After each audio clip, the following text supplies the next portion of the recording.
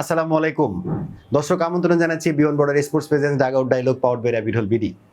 বাংলাদেশ পরপর দুটো টেস্ট জিতলো এবং যদি আমরা বলি বাংলাদেশের টানা পঞ্চম টেস্ট জয় এবং এই টেস্ট জয় নিয়ে আমাদের অনেক দোলাচাল ছিল। আজকে সকালে প্রি ম্যাচ অ্যানালাইসিসেও আমরা যখন কথা বলছিলাম তখন কিন্তু আমরা বলছিলাম যে বাংলাদেশ হয়তো ফার্স্ট সেশনেই জিতে যাবে, কিন্তু যেভাবে সাজিদ খান এবং রিজওয়ান ব্যাটিং শুরু করেছিল অনেকের কাছেই মনে হচ্ছিল যে বাংলাদেশকে আসলে জিততে যাচ্ছে।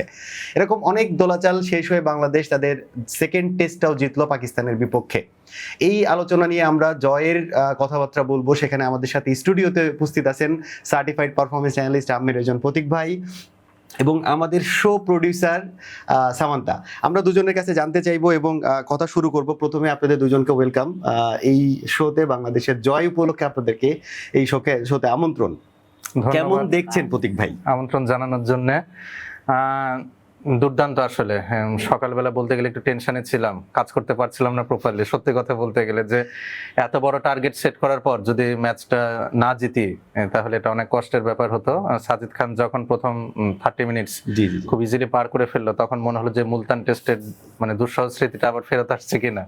ঠিক আছে, তো সেখান থেকে আসলে তাইজুল ইসলাম যখন সাজিদ খানকে আসলে আউট করলেন, আমি প্রি ম্যাচ অ্যানালাইসিসে বলছিলাম আজকে যে সাজিদ খানের উইকেটটাই ক্রুশাল হবে, কজ উনি ব্যাটটা চালিয়ে খেলবেন এবং এই রানের যে পাহাড় যেটা বাকি রয়েছে সেটা কাটতে সাজিদ খান অগ্রণী ভূমিকা পালন করবেন। So the moment he got dismissed তখন কিন্তু আমরা মোটামুটি এনশিওর হয়ে যাই যে জিততে চলেছে।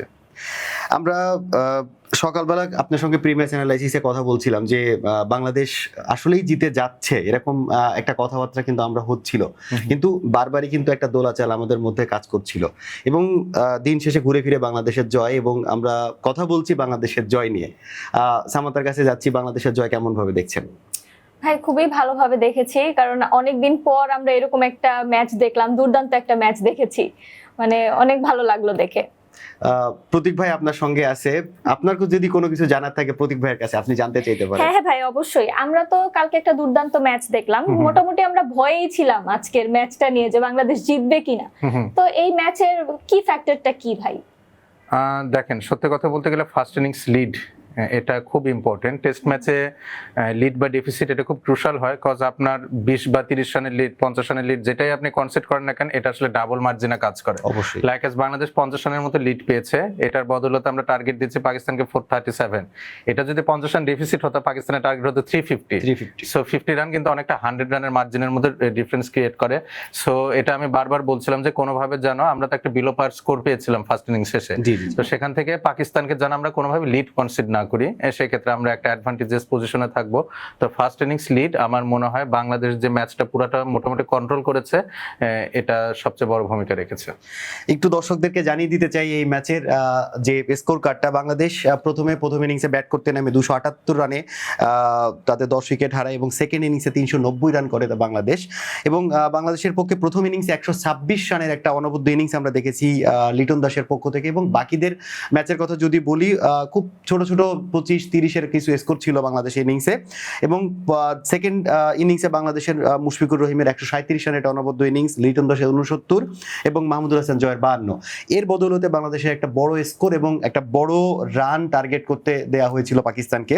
পাকিস্তান তাদের বোলিং এর কথা যদি আমরা বলি, প্রথম ইনিংসে আব্বাসের 3 উইকেট, খুররম শেহজাদ 4 উইকেট নিয়েছেন এবং হাসান 2 উইকেট নিয়েছেন এবং পরের ইনিংসে যদি আমরা বলি যে খুররম 4টা, হাসান 2টা এবং সাজিদ খান 3টা উইকেট নিয়েছেন।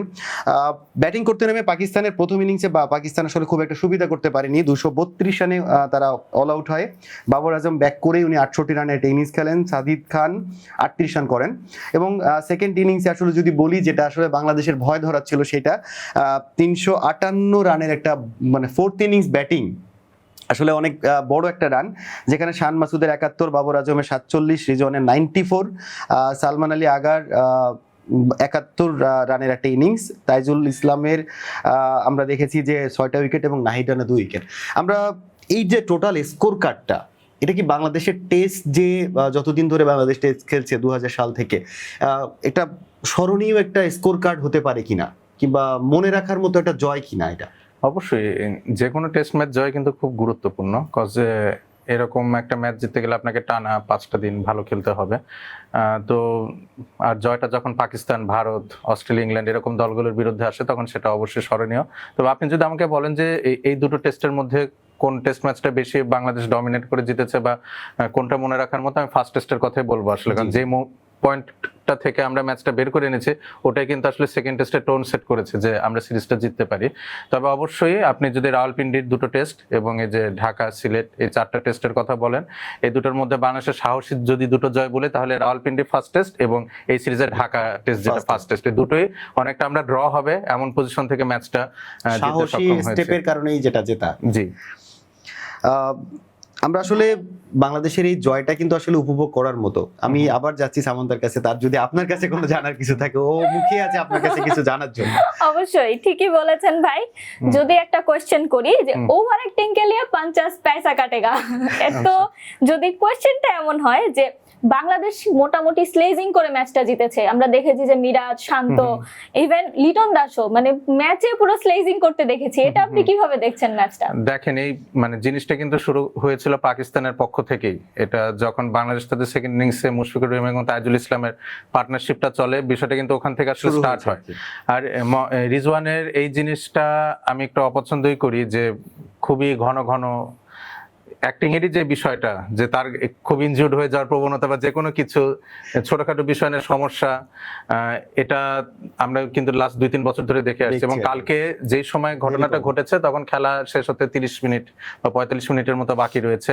সো পাকিস্তান কিন্তু আসলে গতকালকে যদি 5টা উইকেট হাতে রেখে দিন শেষ করতো, আমাদের পক্ষে ম্যাচ যেতে কিন্তু অসম্ভব হয়েছে। ধরে রাখাটা কষ্ট। তো সেই ক্ষেত্রে যে প্লয়টা রিজওয়ান আর সালমান আলী আগা করার চেষ্টা করেছে, যে টাইমটা কাটিয়ে যত কম সংখ্যক ডেলিভারি ফেস করতে হয় সেই ক্ষেত্রে তাদের আউট হওয়ার প্রবাবিলিটিটাও কমবে, তো সেটাই আসলে রিজওয়ান হয়তো করার চেষ্টা করেছে। বারবারে নিজের ইনজিউর্ড হয়ে ওই সাপোর্টিং স্টাফদেরকে ডাকা বা সাইড স্ক্রিনের প্রবলেম বলে এই যে কিছুটা সময় নষ্ট করা, এটাতে আসলে লিটন দাস রিয়াক্ট করেছে যে হোয়াটস দ্য প্রবলেম, এটাই বলা হয়েছিল রিজওয়ানকে। তখন রিজওয়ান আসলে খুব অশোভন ভঙ্গিতে আসলে লিটন দাসকে উত্তর দেয়, যার পরিপ্রেক্ষিতে সম্বোধনটাও ছিল আপনি থেকে তুই এর মতো একটা জায়গায়। লিটন দাস যখন তাকে আপনি করে কথা বলে, রিজওয়ান ডিরেক্টলি তুই তুকারিতে চলে যায়।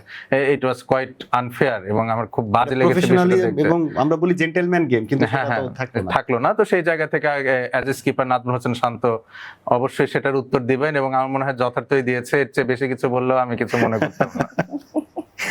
আমি একটু সিরিজ যেহেতু বাংলাদেশ জিতে গেছে, প্রথম টেস্টও বাংলাদেশের এটা ডমিনেট করে জেতা, দ্বিতীয় টেস্টও কিন্তু ডমিনেট করে জেতা, এবং দুইটা টেস্ট নিয়ে আমরা কথা বলছি মানে লং টাইম ধরে, মোটামুটি 10-12 দিন কথা হচ্ছে আমাদের সাথে। আমি একটু জাস্ট এই টেস্টের যদি কি পারফর্মারের কথা বলি, যারা আসলে বেস্ট পারফরমেন্সের দিকে আছেন, ব্যাটিং এর যদি আমরা কথা বলি, টপ 5 এর মধ্যে মুশফিকুর রহিম, লিটন দাস, শান্ত, মমিনুল এবং রিজওয়ান, এবং top scorer Mushfiqur Rahim 252 run করেছেন এবং রিজওয়ান 181 রান করে টপ 5 এর মধ্যেই আছেন। এবং বোলিং এর ক্ষেত্রে যদি বলি, তাইজুল ইসলাম আসলে অনবদ্য ছিলেন সেকেন্ড টেস্টে। ইনফ্যাক্ট উনি 13 উইকেট নিয়ে টপ পজিশন হোল্ড করছেন, নাহিদ রানা 11 উইকেট, আব্বাস 10টা উইকেট নিয়েছেন, এবং মেহেদী হাসান মিরাজ 9টা উইকেট। এবং সবচেয়ে মানে আসলে মার্ক করে বলার মতো যেটা, খুররম শেরজাদ যিনি একটা টেস্ট খেলেছেন, উনি কিন্তু টপ 5 এ এসেছেন এক টেস্টে 8 উইকেট নিয়ে। এটা আসলে মানে যদি ওভারঅল টেস্ট সিরিজের কথা বলতে হয়, সেক্ষেত্রে আসলে আপনি পারফর্মারদের ক্ষেত্রে কাদেরকে আসলে এগিয়ে রাখবেন? এই ডাটা কিন্তু অনেক সময় মেইন জিনিসটাকে আসলে এক্সপ্লেইন করে না অনেক সময়। বাংলাদেশের ব্যাটিং পয়েন্ট অফ ভিউ থেকে বললে নাজমুল হোসেন শান্ত এবং লিটন দাস, তাদের দুজন আসলে সবচেয়ে বেশি ইম্প্যাক্ট রেখেছে তাদের পারফরমেন্স। আপনি ফার্স্ট ইনিংসে ঢাকা টেস্টে ইনিশিয়ালি 2 উইকেট পড়ে যাওয়ার পরে শান্ত এবং মমিনুলের যে পার্টনারশিপটা ছিল, এটা কিন্তু আসলে বাংলাদেশকে ম্যাচে ফার্মলি নিয়ে আসে। তো ফার্স্ট ইনিংসে নাজমুল শান্তর দুর্দান্ত সেঞ্চুরি, এবং সেকেন্ড ইনিংসে যখন ডিক্লারেশনটা দ্রুত দরকার ছিল, যে নিজের সেঞ্চুরি বিসর্জন দিয়ে যে দ্রুত রান স্কোর করা, নাজমুল হোসেন শান্ত কিন্তু চাইলে সেকেন্ড ইনিংসে সেঞ্চুরি করতে পারতেন, কিন্তু ওই যে ক্যাপ্টেন্স নকটা যে উনি খেলেছেন, কিছু দ্রুত রান করতে যে নিজের উইকেটে বিসর্জন দিয়েছেন, সেই ইনিংসটা কিন্তু ইম্প্যাক্ট রেখেছে। উনি যদি সেঞ্চুরির জন্য খেলতেন হয়তো আমরা ম্যাচটা জয়লাভ করতে পারতাম না। তো অবশ্যই ফার্স্ট ইনিংসে ফার্স্ট টেস্ট ম্যাচে নাজমুল হোসেন শান্ত এবং সেকেন্ড টেস্টে লিটন দাস, যার কথা না বললেই নয়।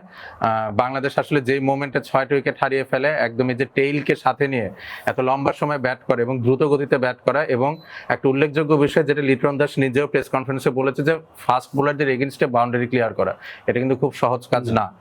যদিও উনি লাইফ পেয়েছেন, রান আউট মিস হয়েছে, বাট সেটাকে কাজে লাগিয়ে এই যে একটা বড় সংগ্রহ করা, এবং এটা কিন্তু আমরা রাওয়ালপিন্ডি টেস্টে দেখেছিলাম, সেকেন্ড টেস্টে 6 উইকেট পড়ে যাওয়ার পর মেহেদী মিরাজ এবং লিটন দাসের যে পার্টনারশিপটা, তো ঘুরে ফিরে পাকিস্তানের বিরুদ্ধে ধরেন এই যে 4টা টেস্ট হয়েছে হোম অ্যান্ড অ্যাওয়ে বেসিসে, লিটন দাসের 2টো টেস্টে 2টো century, apart from that Mushfiqur রহিমেরও একটা ভালো কন্ট্রিবিউশন ছিল। সো আপনি যদি ব্যাটিং পয়েন্ট অফ ভিউ থেকে বলেন, মুশফিকুর রহিম, লিটন দাস এবং নাজমুল হোসেন শান্ত তারাই আসলে স্টার পারফর্মার